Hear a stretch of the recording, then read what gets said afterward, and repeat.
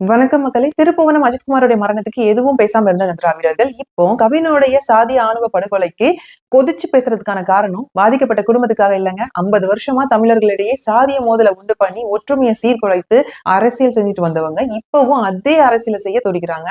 ஒருவன் செஞ்ச தவறுக்கு ஒட்டுமொத்த சமூகத்தையுமே குற்றம் சொல்வது தவறு. மேலும் சமூக வலைதளங்கள் மூலம் திராவிட இனங்கள் ஃபேக் ஐடி மூலமா 2 சமூகத்தினரிடமும் சாதி வெறியை தூண்டும் வண்ணமா கருத்துக்களை பதிவு பண்ணிட்டு வராங்க. அதனால தமிழர்களை விழித்துக் கொள்ளுங்கள். இங்க எந்த சாதியும் உயராது, தாழ்ந்து போகாது.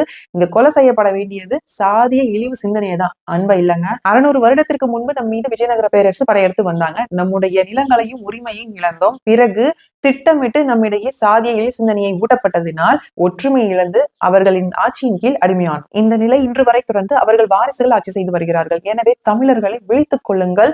நாம் அடிமையா இருக்குன்றதை உணர்ந்து சாதி மதம் கடந்து தமிழராக ஒன்றிணைந்து தூய தமிழ் தேசிய அரசியலை முன்னெடுக்கும் அண்ணன் சீமான் அவர்களை ஆதரிப்போம். நன்றி, வணக்கம்.